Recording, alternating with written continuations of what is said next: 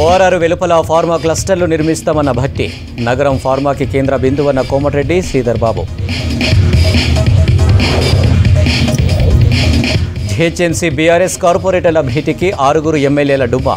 Attend కాని వారు party మారుతారంటూ జోరుగా ప్రచారం. రేపు నిర్వహించే జిహెచ్ఎంసీ కౌన్సిల్ సమావేశానికి ఏర్పాట్లు పూర్తి. అధికారులతో సమీక్ష సిద్ధంగా ఉండాలన్న కమిషనర్ ఆమ్రపాలి. జిమ్ఖానా గ్రౌండ్లో ఫుట్బాల్ ప్లేయర్ల సెలక్షన్స్. ఎంపికైన వారికి నేషనల్స్లో రాష్ట్రం తరపున ఆడే అవకాశం.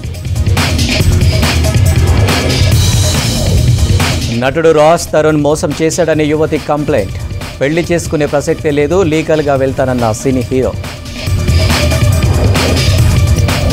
సిటీలోని పలు ప్రాంతాల్లో దంచికొట్టిన వర్షం. 2 రోజులు రాష్ట్రానికి రెయిన్ అలర్ట్ జారీ చేసిన ఐఎండీ.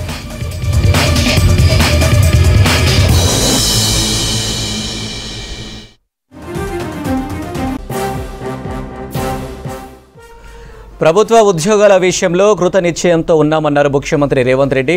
తప్పకుండా నిరుద్యోగులకు మేలు జరిగేలా నిర్ణయాలు ఉంటాయని చెప్పారు. కొన్ని రాజకీయ పార్టీలు స్వార్థపూరిత శక్తులకు నిరుద్యోగులు బలి కావద్దని సూచించారు. గత ప్రభుత్వం చేసిన తప్పులను సరిదిద్దుతూ ముందుకెళ్తున్నామని చెప్పారు. ఈ టైంలో తప్పుడు నిర్ణయాలు తీసుకుంటే నోటిఫికేషన్లు రద్దయ్యే ప్రమాదం ఉందని హెచ్చరించారు సీఎం రేవంత్. ఇప్పటికే 28,942 ఉద్యోగ నియామకాలు చేపట్టామన్నారు.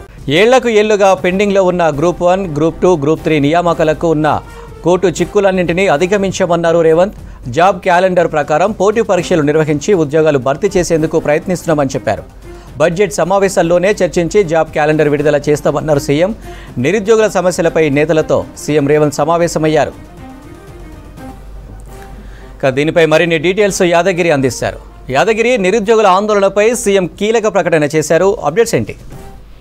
అనిల్, ఇవాళ అంటే గత కొన్ని రోజుల నుంచి కూడా ఈ నిరుద్యోగుల నుంచి కొంత నిరసనలు అక్కడక్కడ ధర్నాలు చేస్తా ఉన్నారు. అయితే దీని మీద ఇవాళ కొంతమంది నిరుద్యోగులతో సీఎం రేవంత్ రెడ్డి సమావేశం పెట్టారు. ఈ సమావేశంలో ప్రధానంగా నిరుద్యోగులకు చెప్పింది ఏంటంటే, మీరు కొంతమంది కావాలని ప్రభుత్వం మీద నిందలు వేసే ప్రయత్నం చేస్తున్నారు. ఉద్యోగాల నియామకం విషయంలో కొంత అడ్డంకులు సృష్టించే విధంగా వాళ్ళు ప్రయత్నం చేస్తున్నారు. వాళ్ళ దృష్టిలో పెట్టుకుని వాళ్ళు అట్లాంటి ఊపిలో పడకుండా మీరు మీ జాబ్కు సంబంధించింది మీరు ప్రిపేర్ కావాలి. ఎందుకంటే ఇప్పటికే గత 10 ఏళ్ల కాలంలో ఈ గ్రూప్ 1, గ్రూప్ 2 లాంటికి సంబంధించి కొన్నిటికి అరకొర నోటిఫికేషన్లకు సంబంధించి కూడా కోర్టు చిక్కులతోని, వివిధ కారణాలతోని, తర్వాత ఈ పేపర్ లీకేజీలతోని ఉన్న కొన్ని ఉద్యోగాలు కూడా భర్తీ చేయడం సిచ్యువేషన్ ఉంది. సో ఈసారి అట్లా కాకుండా మేము నిరుద్యోగులను దృష్టిలో పెట్టుకుని, నిరుద్యోగుల భవిష్యత్తును దృష్టిలో పెట్టుకుని ఉద్యోగాల నియామకాలు చేసేందుకు కాంగ్రెస్ ప్రభుత్వం ప్రయత్నం చేస్తుంది. ఎవరు కూడా ఆందోళన చెందాల్సిన అవసరం లేదు. సో ఏమన్నా ఇబ్బందులు ఉంటే వాళ్ళని చర్చించి కోర్టు చిక్కులు లేకుండా, లేదంటే ఇంకా ఇతర సమస్యలు, నోటిఫికేషన్ల విషయంలో ఇతర సమస్యలు రాకుండా ఉద్యోగాల భర్తీ విషయంలో కాంగ్రెస్ ప్రభుత్వం సానుకూలంగా ఉంది. అందులో భాగంగానే ముందుకెళ్తున్నామని చెప్పేసి ఇవాళ నిర్వహించినటువంటి సమావేశంలో సీఎం రేవంత్ రెడ్డి చెప్పారు. అయితే గ్రూప్ 1 కి సంబంధించి ఇప్పటికే చాలా సజావుగా, అంటే గతంలో చూసాం మనం, గ్రూప్ 1 సంబంధించి 2-3 సార్లు వాయిదా వేయాల్సిన సిచ్యువేషన్ ఏర్పడుతుంది. దాని పెద్ద ఎత్తున లీకేజ్ అయింది. నిరుద్యోగులు కూడా చాలా ఆందోళన చేశారు. చాలా మంది కూడా నష్టపోయారు. అలాంటి చిక్కులు లేకుండా, కోర్టు చిక్కులు లేకుండా, పేపర్ లీకేజీలు లేకుండా చాలా ప్రశాంతమైనటువంటి వాతావరణంలో ఉద్యోగాల నియామకాలు చేపట్టే విధంగా గ్రూప్ 1 సంబంధించి ప్రిలిమినరీ ఎగ్జామ్ కూడా చాలా కూల్ గా నిర్వహించాము. ఇక మెయిన్స్ సంబంధించి కూడా ఆల్రెడీ ఇప్పటికే దానికి సంబంధించినటువంటి ప్రాసెస్ కూడా కొనసాగుతుంది. అయితే నిరుద్యోగుల నుంచి ఒక డిమాండ్ వస్తుంది ఏంటంటే, ఈ గ్రూప్ 1 కి సంబంధించి మెయిన్స్ సంబంధించి 1:50 కాకుండా 1:100 తీసుకోవాలని చెప్పేసి నిరుద్యోగుల నుంచి డిమాండ్ వస్తుంది.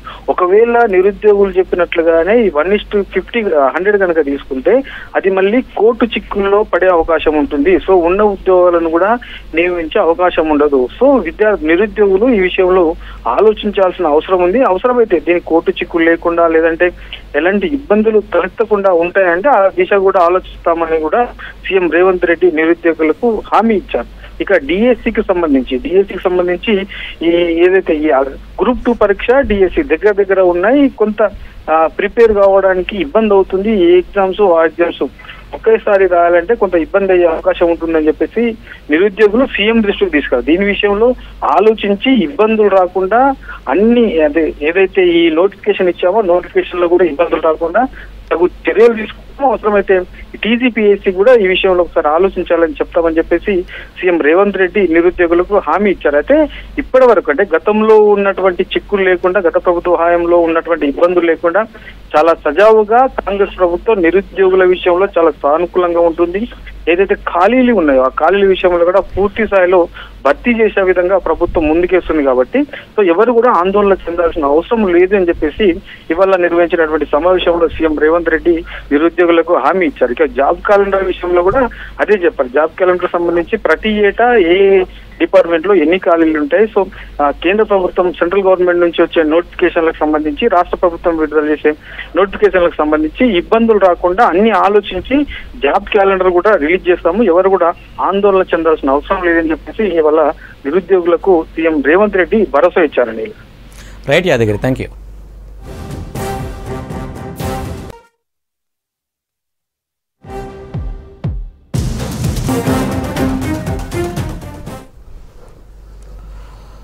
సింగరేణి సంస్థకు కేటాయించిన నైని బ్లాక్కు అటవీ అనుమతులు మంజూరు చేసింది ఒడిశా ప్రభుత్వం. ఏడాదికి 10 మిలియన్ టన్నుల ఉత్పత్తి సామర్థ్యం కలిగిన నైని బ్లాక్కు అటవీ అనుమతులు మంజూరు చేయడం పట్ల హర్షం వ్యక్తం చేశారు కేంద్ర బొగ్గు గనుల శాఖ మంత్రి కిషన్ రెడ్డి.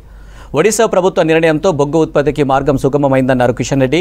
2015లోనే ఈ నైని బ్లాక్ను సింగరేణికి కేటాయించినప్పటికీ పాలనపరమైన అడ్డంకులతో ఉత్పత్తి సాధ్యం కాలేదన్నారు. బొగ్గు గనుల శాఖ మంత్రిగా బాధ్యతలు చేపట్టాక ఒడిశా ప్రభుత్వంతో చర్చించినట్లు తెలిపారు. అటవీ అనుమతులు మంజూరు చేయడంపై ఒడిశా సీఎం మోహన్ మాంఝుకి ధన్యవాదాలు తెలిపారు కిషన్ రెడ్డి. సింగరేణి సంస్థకు కేటాయించిన నైని బ్లాక్కు అటవీ అనుమతులు మంజూరు చేసింది ఒడిశా ప్రభుత్వం. ఏడాదికి 10 మిలియన్ టన్నుల ఉత్పత్తి సామర్థ్యం కలిగిన నైని బ్లాక్కు అటవీ అనుమతులు మంజూరు చేయడం పట్ల హర్షం వ్యక్తం చేశారు కేంద్ర బొగ్గు గనుల శాఖ మంత్రి కిషన్ రెడ్డి. ఒడిశా ప్రభుత్వ నిర్ణయంతో బొగ్గు ఉత్పత్తికి మార్గం సుగమమైందన్నారు కిషన్ రెడ్డి. 2015లోనే ఈ నైని బ్లాక్ను సింగరేణికి కేటాయించినప్పటికీ పాలనపరమైన అడ్డంకులతో ఉత్పత్తి సాధ్యం కాలేదన్నారు. బొగ్గు గనుల శాఖ మంత్రిగా బాధ్యతలు చేపట్టాక ఒడిశా ప్రభుత్వంతో చర్చించినట్టు తెలిపారు. అటవీ అనుమతులు మంజూరు చేయడంపై ఒడిశా సీఎం మోహన్ మాంఝుకి ధన్యవాదాలు తెలిపారు కిషన్ రెడ్డి. పద్మభూషణ్ రామ్ విలాస్ పాశ్వన్ పార్లమెంటు సభ్యుడిగా దళితులకు రక్షణగా నిలిచారన్నారు రిటైర్డ్ జడ్జి నిమ్మ నారాయణ. సోమాజిగూడ ప్రెస్ క్లబ్లో రామ్ విలాస్ పాశ్వన్ 78వ జయంతి పురస్కరించుకుని నిర్వహించిన సోషల్ జస్టిస్ డే వేడుకల్లో నిమ్మ నారాయణ పాల్గొన్నారు. పార్లమెంటుకు వెళ్లిన దళితుల్లో రామ్ విలాస్ ఒకరని తెలిపారు. సోషల్ వెల్ఫేర్ మినిస్టర్గా మండల్ కమిషన్ రిపోర్టు అమలయ్యేలా చూశారన్నారు. పాశ్వన్ మాట్లాడితే ఎవరూ ఆయనకు సమాధానం చెప్పలేకపోయేవారని తెలిపారు. ఇక కేంద్ర ప్రభుత్వం పాత చట్టాలని మార్చకుండా చూడాలని కోరారు నిమ్మ నారాయణ.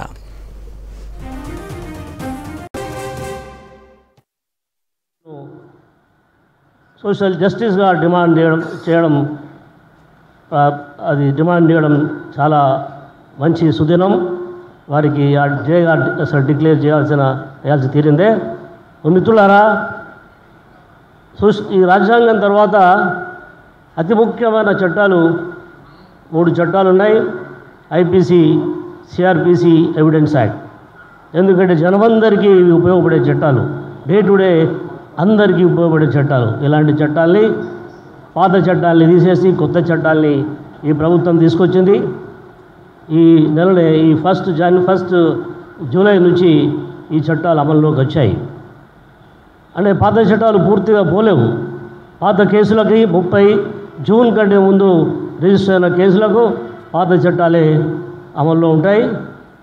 కొత్త చట్టాలేమో 171 ఈ నెల 1 తారీఖు నుంచి వచ్చిన రిజిస్టర్ అయిన క్రైమ్ కేసులకు కొత్త చట్టాలు అమల్లో ఉంటాయి. ఇది చాలా విప్లవాత్మకమైన చట్టాలని ప్రభుత్వం చెబుతుంది. ఒక చిన్న విషయం చెప్తాను, ఎక్కువ సమయం లేదని ఆర్గనైజ్ అంటున్నారు. ఎఫ్ఐఆర్, మనం ఏదైనా కేసు నమోదు చేయాలంటే ఎఫ్ఐఆర్ రిజిస్టర్ అవుతుంది. కేసు నమోదైన తర్వాత ప్రిలిమినరీ ఎంక్వైరీ చేయాలని కొత్త చట్టాల్లో ఉంది. అంటే ఈ కంప్లైంట్ ఇచ్చింది నిజమా కాదా, ఇది అబద్ధపు కంప్లైంటా అని 15 రోజుల వరకు ఆ ఎంక్వైరీ చేస్తారు. ఇది లేదు యాక్చువల్లీ పూర్వపు చట్టాల్లో. ఎస్సీ ఎస్టీ యాక్ట్లో అయితే ఈ ప్రిలిమినరీ ఎంక్వైరీ చేయకూడదు అనేది ఖచ్చితంగా అంశం ఉంది. సెక్షన్ 18A ప్రిలిమినరీ ఎంక్వైరీ చేయొద్దని. ప్రిలిమినరీ ఎంక్వైరీ ఏ కేసులో చేయాలంటే ప్రివెన్షన్ ఆఫ్ కరప్షన్ యాక్ట్లో, ఇంకా కొన్ని యాక్ట్లో చేయొచ్చు అని లలిత కుమారి అనే ఒక జడ్జిమెంట్లో సుప్రీంకోర్టు చెప్పడం జరిగింది. కానీ ఇవాళ అన్ని నేరాల్లో ప్రిలిమినరీ ఎంక్వైరీ చేయాలని ప్రభుత్వం డిసైడ్ అయింది. ఇది ఏ విధంగా విప్లవాత్మకమైనది, ఏ విధంగా ప్రజలకు ఉపయోగపడుతుందో ప్రభుత్వం ఆలోచించాలా. అన్ని బార్ కౌన్సిల్స్ల ముందు అడ్వకేట్స్ నిరసన తెలియజేస్తున్నారు. అన్ని రాజకీయ పార్టీలు ఈ చట్టాలని వ్యతిరేకిస్తున్నారు. ఎందుకంటే ఈ చట్టం పాస్ అయినప్పుడు అపోజిషన్ మెంబర్స్ అందరినీ బయటికి గెంటేసి ఈ చట్టాన్ని పాస్ చేశారు. మిత్రులారా, ఆదిగా అనాదిగా ఈ దేశానికి పునాదిగా ఉన్నటువంటి మానవులు, ఆది మానవులు ఇప్పటికీ చదువుకు, విజ్ఞానానికి, మరి సంపదకి దూరంగా ఉన్నటువంటి ఎవరైతే మూలవాసులు ఉన్నారో ఈ మూలవాసులకి ఏది అన్యాయం జరుగుతుందో, ఆ అన్యాయం ఎందుకు జరుగుతుందో మరి పసిగట్టి ఆ రోజు బాబాసాహెబ్ అంబేద్కర్ గారు మరి రాజ్యాంగంలో అనేక వెసులుబాటులను కల్పించి, రక్షణలు కల్పించి వెళ్తే ఆ రక్షణలు మరి సరిపోవడం లేదు అని ప్రత్యేకంగా ఈ దేశంలో ఎస్సీ ఎస్టీలు అణచబడుతున్నారు అని చెప్పేసి వారి కోసం ప్రత్యేకంగా ఎస్సీ ఎస్టీ అత్యాచారాల నిరోధక చట్టాన్ని లష్కర్ బోనాల జాతరను అంగరంగ వైభవంగా నిర్వహిస్తామన్నారు ఉజ్జయిని మహంకాళి దేవాలయ ఈవో మనోహర్ రెడ్డి. ఈ నెల 7 గంటల ఎదురుకోలుతో బోనాల ఉత్సవాలు మొదలవుతాయని చెప్పారు. 21న బోనాలు, 22న రంగం, గజారోహణపై అమ్మవారి ఊరేగింపు జాతర ముగుస్తుందని తెలిపారు. భక్తులకు ఎలాంటి ఇబ్బందులు లేకుండా ఏర్పాట్లు చేస్తున్నామన్నారు. బోనాలు తీసుకొచ్చే మహిళలకు ప్రత్యేక క్యూలెన్స్ ఏర్పాట్లు చేస్తున్నట్లు చెప్పారు. ఉత్సవాలకు భారీ బందోబస్తు ఉంటుందని, ప్రత్యేక సీసీ కెమెరాలతో నిఘా ఉంటుందని ఈవో మనోహర్ రెడ్డి తెలిపారు. మనం ముఖ్యంగా 21వ తారీఖు రోజు ఉదయం 3:30 గంటలకి బంగారు బోనంతో గౌరవ ముఖ్యమంత్రి వర్యులు అమ్మవారికి బోనం సమర్పించడం జరుగుతుంది. ఆ తదనంతరం 4 గంటలకు మహా ఆరతితోటి ఈ ఉత్సవాలు ప్రారంభమై లక్షలాది సంఖ్యల భక్తులకు అమ్మవారి దర్శనం కల్పించడం జరుగుతుంది. అదేవిధంగా 22వ తారీఖు ఉదయం 8:30 గంటలకి రంగం కార్యక్రమం ఉంటుంది. భవిష్యత్తులో జరిగే కార్యక్రమాలు అంటే వర్షాలు కానీ ఎట్లా ఉంటాయి, ఆరోగ్యాలు, ప్రజలు ఎట్లా ఉంటారు అనే దాని మీద అమ్మవారు పూనకం ద్వారా చెప్పడం జరుగుతుంది. ఆ కార్యక్రమాన్ని కోట్ల మంది భక్తులు లైవ్ ద్వారా చూడడం జరుగుతుంది. ఆ తదనంతరం 10 గంటలకి ఏనుగుపై గజారోహణం అంటారు, అమ్మవారు పురవీధులలో తిరగడం జరుగుతుంది. సాయంత్రం 7 గంటల నుంచి పలహార పనులు, వివిధ రకాల పలహార పనులు ఈ సికింద్రాబాద్ వాస్తవ్యులు అందరూ అమ్మవారికి సమర్పించడం జరుగుతుంది.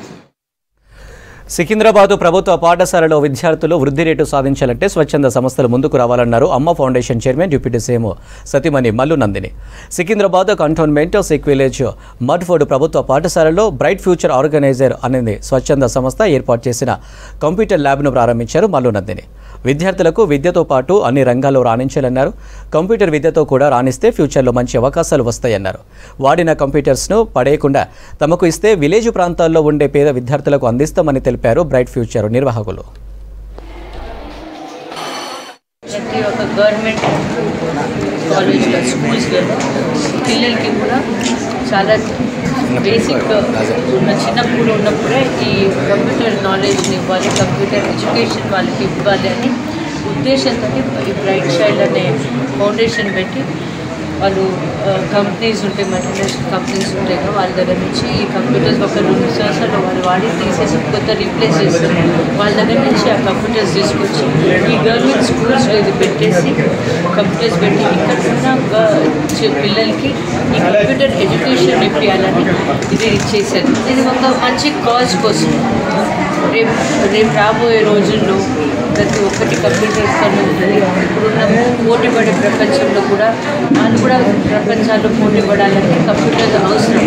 కానీ ఇక్కడ ఉన్న గవర్నమెంట్ స్కూల్స్ ఒక్క చాలా బీద కుటుంబం నుంచి వచ్చిన వాళ్ళందరూ అది ఒక కంప్యూటర్ కొనాలని ఒక కళ లాంటి వాళ్ళకి అటువంటి చదువు ఇంత చిన్న వయసులోనే వాళ్ళకి ఈ చదువుని అందిస్తున్నారంటే అది చాలా గొప్ప దానం చేస్తున్నారు, విద్యాదానం అనేది చేస్తున్నారు. కాబట్టి వాళ్ళకి సపోర్ట్ చేయడానికి నేను అది రావటం జరిగింది. వాళ్ళు వాడేసిన కంప్యూటర్స్ అని మాకు ఇచ్చేస్తే మేము ఈ పట్టుకెళ్ళి స్కూల్స్కి డొనేట్ చేయొచ్చు.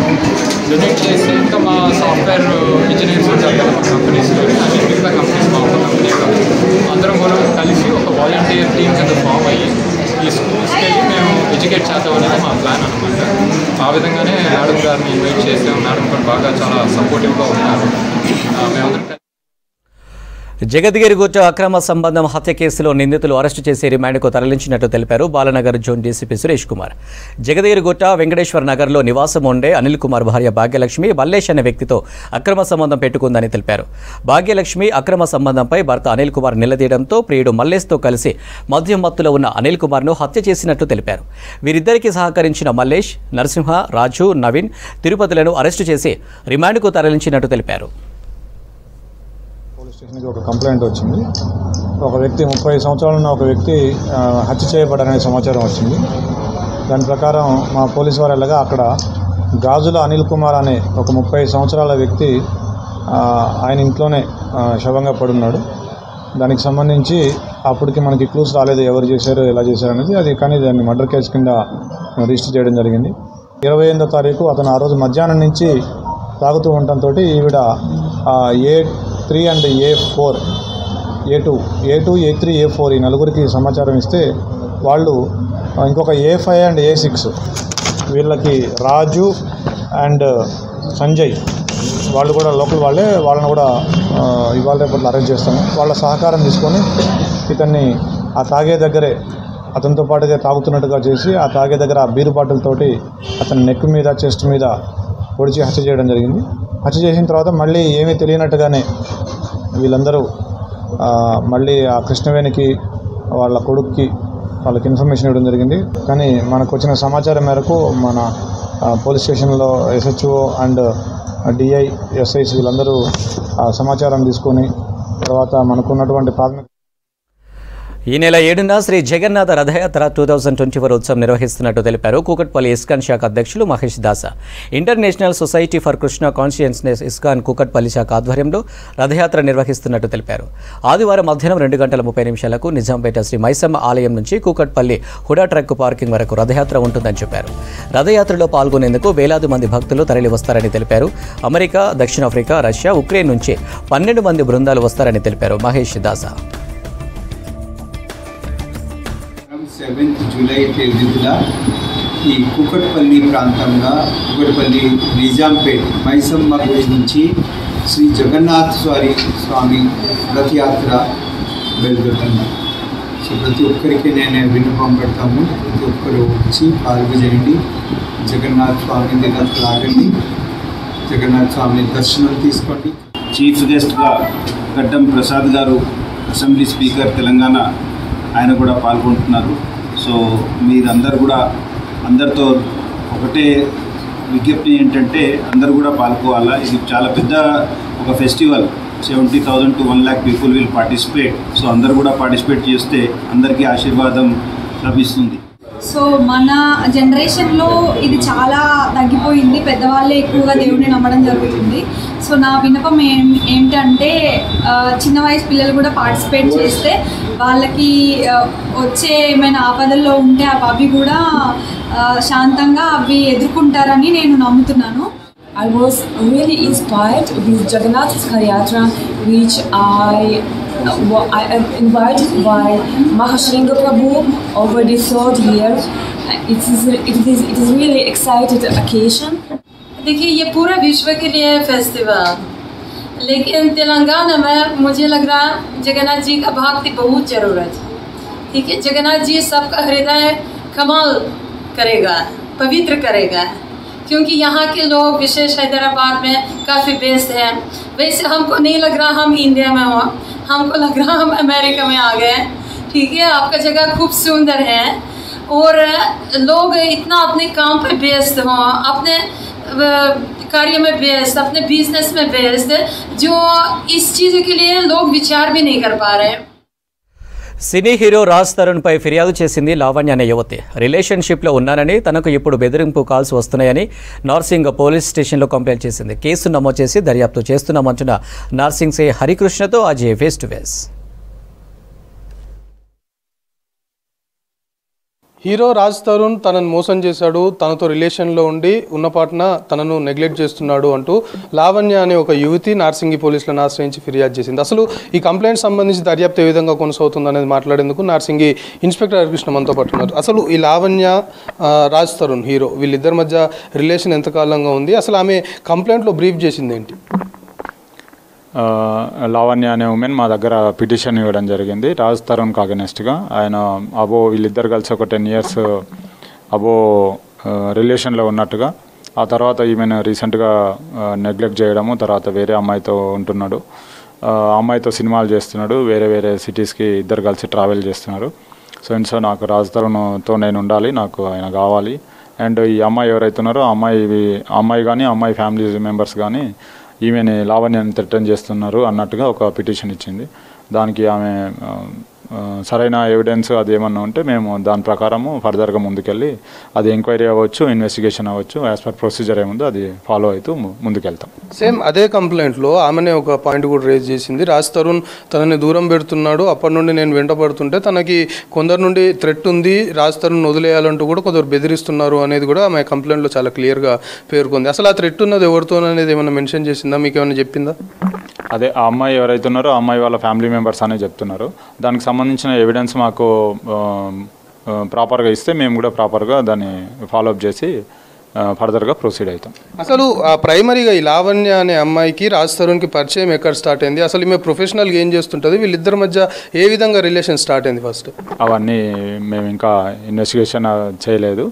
ఈమె ఫిర్యాదు ఇచ్చింది, దానికి సంబంధించిన ఎవిడెన్స్ ఇస్తే దాన్ని బేస్ చేసుకొని ముందుకెళ్తాం, ఏం జరిగింది ఏంటి అనేది చెప్పింది. ఆమె జస్ట్ పిటిషన్ ఇచ్చేసింది, వెళ్ళిపోయింది.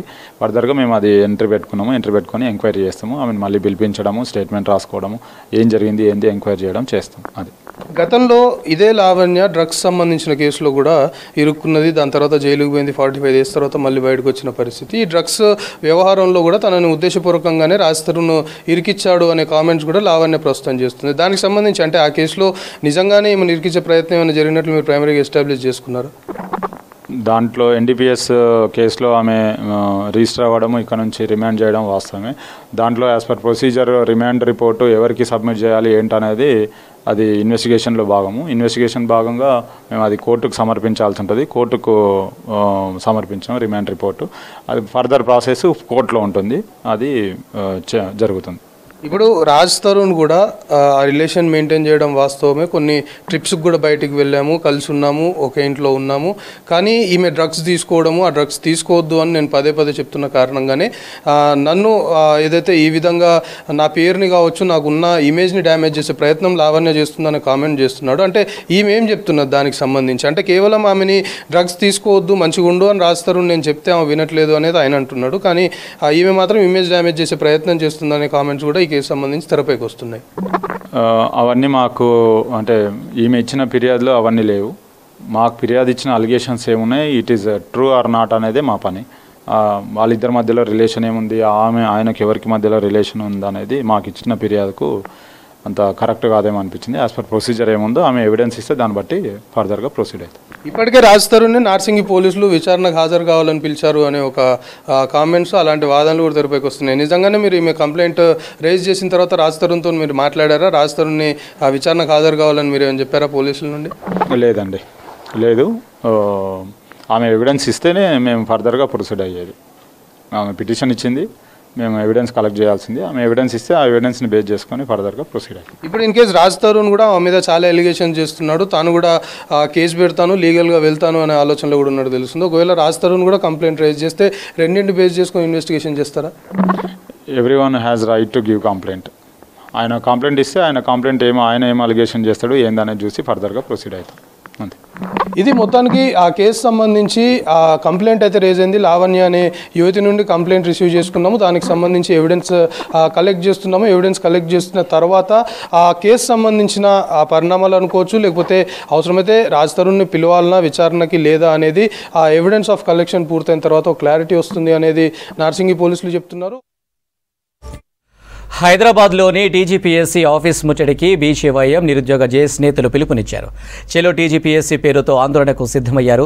కార్యాలయం ముందు పోలీసు బలగాలు భారీగా మోహరించి నిరసనను అడ్డుకునేందుకు వాటర్ క్యాన్లను ఏర్పాటు చేశారు. ఆందోళనలు చేస్తున్న బీజేవైఎం నేతలను అరెస్టు చేశారు పోలీసులు.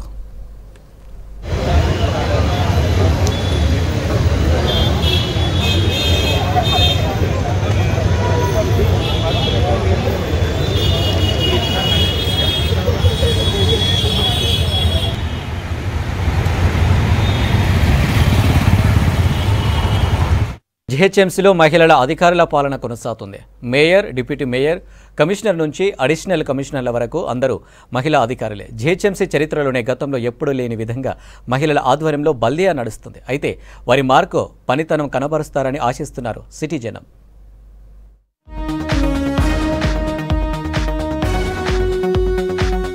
జీహెచ్ఎంసీలో మహిళల పాలన కొనసాగుతోంది. ప్రస్తుతం కీలక పదవుల్లో మహిళలే ఉన్నారు. మేయర్ గా గద్వాల విజయలక్ష్మి, డిప్యూటీ మేయర్ మోతి శ్రీలత కొనసాగుతుండగా కమిషనర్ గా ఐఏఎస్ అధికారి అయిన ఆమ్రపాలికి అవకాశమిచ్చింది ప్రభుత్వం. 4 కీలకమైన అడిషనల్ కమిషనర్లు కూడా మహిళలనే నియమించింది.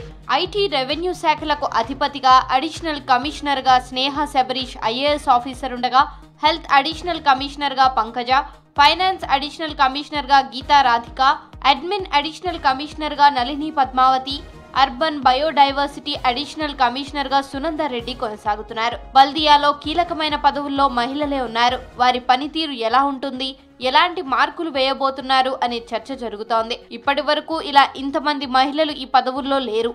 అధికారులతో సమావేశాలు నిర్వహించడంతో పాటు గ్రేటర్ అభివృద్ధి కోసం సంబంధించిన విభాగాల వారీగా రివ్యూలు నిర్వహిస్తున్నారు మేయర్. పరిపాలనలో మహిళలు తమదైన ముద్ర వేసేందుకు ప్రయత్నాలు చేస్తున్నారు. ఇప్పటికే ఒకసారి కార్పొరేటర్గా పనిచేసిన అనుభవం మేయర్కి ఉంది. దీనికి తోడు రేవంత్ సర్కార్ నుంచి ఫుల్ సపోర్ట్ కూడా ఉంది. ఇటీవల జరిగిన కంటోన్మెంట్ ఉప ఎన్నిక మినహా గతేడాది జరిగిన అసెంబ్లీ ఎన్నికల్లో గ్రేటర్లో కాంగ్రెస్ కు ఒక్క సీటు కూడా రాలేదు. అలాగే జీహెచ్ఎంసీలోనూ కార్పొరేటర్ల సంఖ్య తక్కువగానే ఉంది.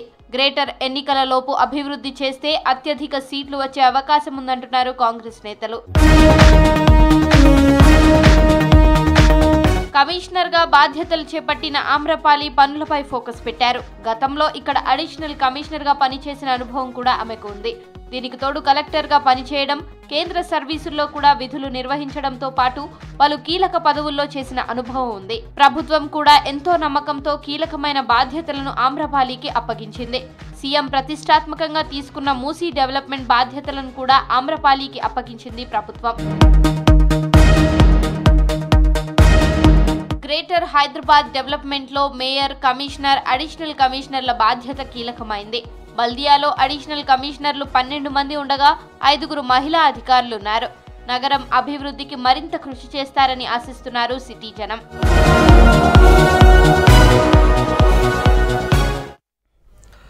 హైదరాబాద్ ఫుట్బాల్కు తిరిగి పూర్వ వైభవం తీసుకొచ్చేందుకు కృషి చేస్తుంది తెలంగాణ ఫుట్బాల్ అసోసియేషన్. ఇందుకోసం టాలెంట్ హంట్ నిర్వహిస్తుంది. మాజీ ప్లేయర్లు, కోచ్ల ఆధ్వర్యంలో అండర్-17, అండర్-14 ప్లేయర్ల కోసం జింకానా గ్రౌండ్లో సెలక్షన్స్ నిర్వహిస్తుంది. ఇందులో ఎంపికైన క్రీడాకారులను జూనియర్ నేషనల్కు రాష్ట్రం నుంచి పోటీకి పంపుతామంటుంది ఫుట్బాల్ అసోసియేషన్.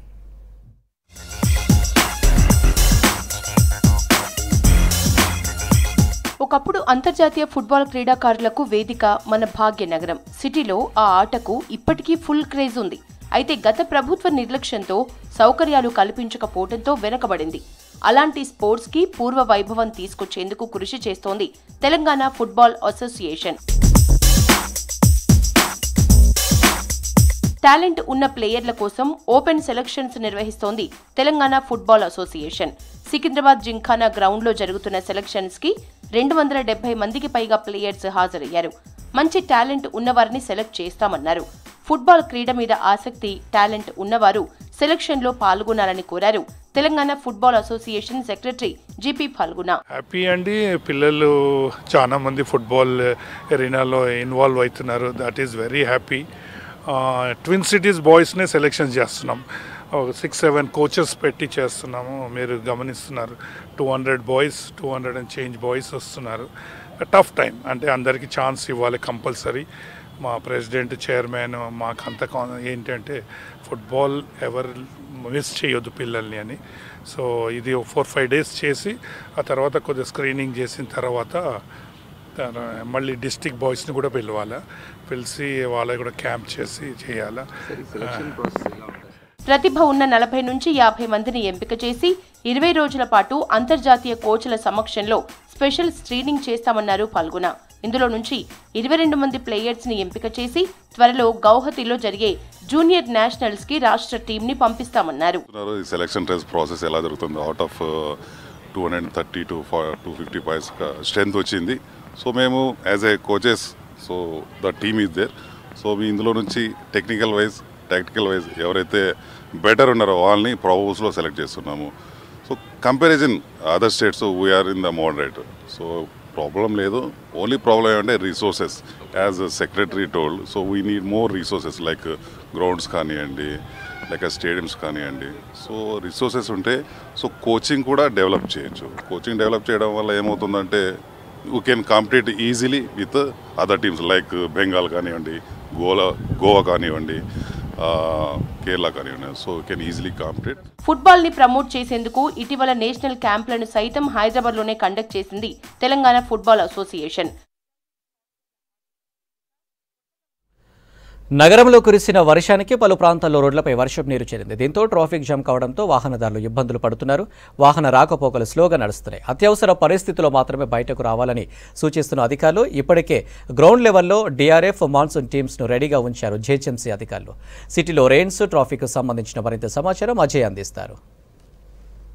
కొద్దిసేపటి క్రితం నుండి కురుస్తున్న వర్షానికి ఇప్పటికే రోడ్లపైన వర్షపు నీరు వచ్చి చేయడము, ముఖ్యంగా కొన్ని లోతట్టు ప్రాంతాలకు సంబంధించి అక్కడ కూడా ఇదే సిట్యుయేషన్ ఎస్టాబ్లిష్ అవుతుంది. దాంతోపాటు ముఖ్యంగా రోడ్లపైన ఒక్కసారిగా వర్షపు నీరు వచ్చి చేరిన క్రమంలో వాహన రాకపోకలకు సంబంధించి కొంతవరకు కొన్ని ప్లేసెస్లో మాత్రము వెహికల్ మూవ్మెంట్ అనేది చాలా స్లోగా ఉన్న పరిస్థితి. ఎందుకంటే వర్షం కురిసినప్పుడు వర్షపు నీరు రోడ్డుపై వచ్చి చేరినప్పుడు కొంతవరకు రోడ్డు కనిపించకపోవడం కావచ్చు, లేకపోతే రోడ్డుపైన నీరు నిలవడంతో కొంతవరకు వాహన రాకపోకలకు కొంత ఇబ్బందులు తలెత్తే అవకాశం ఉంటుంది. సో ప్రస్తుతానికి అదే కంటిన్యూ అవుతుంది. ప్రస్తుతం మనం విజువల్స్లో చూస్తున్నాం. మనం జూబ్లీ హిల్స్ రోడ్ నెంబర్ 45లో ఉన్నాం. జూబ్లీ హిల్స్ రోడ్ నెంబర్ 45లో ఈ టైంలో సాధారణంగా వెహికల్ మూవ్మెంట్ అనేది కొంతవరకు సాధారణ రోజుల్లో కావచ్చు, లేకపోతే ఈజీగా వెళ్ళేటట్టే ఉంటుంది. కానీ వర్షం కురుస్తుంది, కొద్దిసేపు వర్షం కురవడము, కొద్దిసేపు ఆగిపోవడము, కొన్ని ప్లేసెస్లో వర్షం కురుస్తుంది, మరికొన్ని ప్లేసెస్లో వర్షం ఆగిపోతుంది. ఒక్కసారిగా వర్షము కొత్త తగ్గుముఖం పట్టిన వెంటనే కూడా అందరూ వాహనాలు తీసుకొని రోడ్లపైకి రావడంతో రోడ్ నెంబర్ 45 సంబంధించి వెహికల్ మూవ్మెంట్ అనేది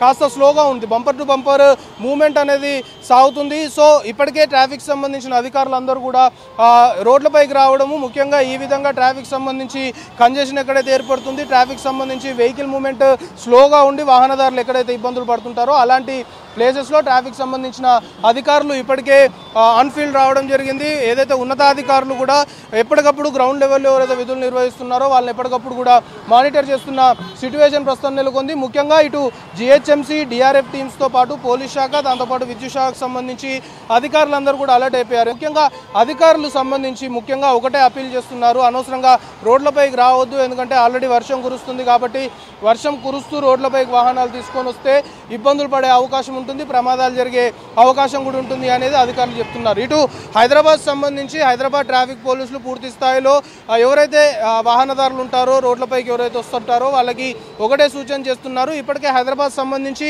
హైదరాబాద్ సిటీ సెంటర్తో పాటు శివారు ప్రాంతాల్లో కూడా వర్షం కురుస్తుంది. హైదరాబాద్ కమిషనరేట్ పరిధిలో మాత్రం మెయిన్గా సాధారణ సమయాల్లోనే రద్దీగా ఉండే ఇటు అమీర్పేట్, పంజాగుట్ట, ఖైరతాబాద్ రూట్తో పాటు ఇటు చాదర్ఘట్, కోటి వంటి ప్లేసెస్, దాంతోపాటు లక్డికపూల్ నుండి మెహదీపట్నం, మాసప్ ట్యాంక్ నుండి మెహదీపట్నం వెళ్ళే రూట్, ఈ రూట్స్ని కొంచెం అవాయిడ్ చేస్తే మంచిది. ఆ రూట్స్ కాకుండా ఒకవేళ అవసరం అనుకుంటే ఆల్టర్నేట్ రూట్స్లో ప్రయాణం చేయాలి అనేది కూడా పోలీసులు చెప్తున్నారు. సైబరాబాద్ పోలీస్ కమిషనరేట్ పరిధిలోకి వస్తే సాధారణంగానే ఐటీ కారిడార్, ఐటీ సెక్టార్ సంబంధించి పూర్తి స్థాయిలో కూడా ఐక్య అనుకోవచ్చు, లేకపోతే ఇటు గచ్చిబౌలి బయోడైవర్సిటీ మీదుగా ఐక్య నుండి ఇటు హైటెక్ సిటీ, జేఎన్టీయూ వచ్చే రూట్ మొత్తం కూడా చాలా కీలకం. వేలాదిగా వాహనాలు రాకపోకలు సాగిస్తుంటాయి. సో ఐటీ సెక్టార్ సంబంధించి కూడా ఒక్కొక్క కంపెనీకి సంబంధించిన ఎంప్లాయీస్ లాగౌట్ టైం ఒక్కొక్కటి ఉంటుంది కాబట్టి అక్కడ ఎలాంటి ట్రాఫిక్ సంబంధించిన ఇబ్బందులు తలెత్తకుండా, ట్రాఫిక్ సంబంధించిన కంజెషన్ ఏర్పడకుండా ఇప్పటికే సైబరాబాద్ సంబంధించి ఏదైతే మాదాపూర్ ట్రాఫిక్ పోలీస్ నుండి మనకు అందుతున్న ఇన్ఫర్మేషన్ని బట్టి వాటర్ ల్యాగింగ్ పాయింట్స్, ఎక్కడైతే వాటర్ సంబంధించి వాటర్ పూర్తిగా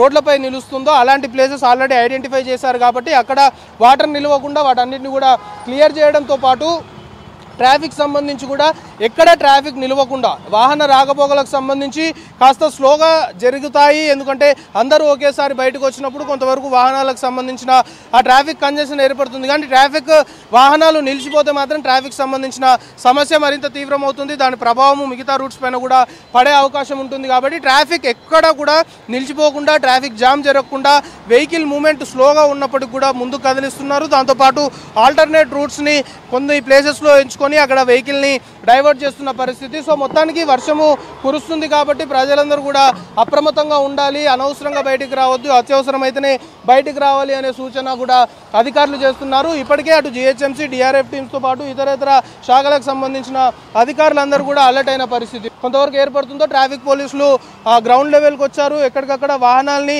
ముందుకి పంపిస్తున్న పరిస్థితి. ఎందుకంటే మనం చెప్పుకుంటున్నట్లు వాహనాలు నిలిచిపోతే ట్రాఫిక్ జామ్ అయితే ఇబ్బంది, కానీ వాహనాల మూవ్మెంట్ కొంత స్లోగా ఉన్నప్పటికీ ముందుకు కదిలితే ఎలాంటి ప్రాబ్లం ఉండదని భావిస్తున్నారు. కానీ పూర్తి స్థాయిలో వెహికల్ మూవ్మెంట్ సంబంధించి ఎక్కడ జామ్ జరగకుండా వెహికల్ని బంపర్ టు బంపర్ మూవ్మెంట్ ఉండే విధంగా ఎక్కడ వెహికల్స్ నిలవకుండా కాస్త స్లోగా కదిలినప్పటికి కూడా ముందుకు కదిలే దిశగా ఎక్కడ జామ్ జరిగి ఇబ్బందులు తలెత్తకుండా మాత్రము ట్రాఫిక్ సంబంధించిన అధికారులు గ్రౌండ్ లెవెల్ చర్యలు తీసుకుంటున్న సిట్యువేషన్ ప్రస్తుతం నగరంలో నెలకొంది. కెమెరా పర్సన్ మందీప్తో కలిసి అజయ్ V6 న్యూస్, హైదరాబాద్.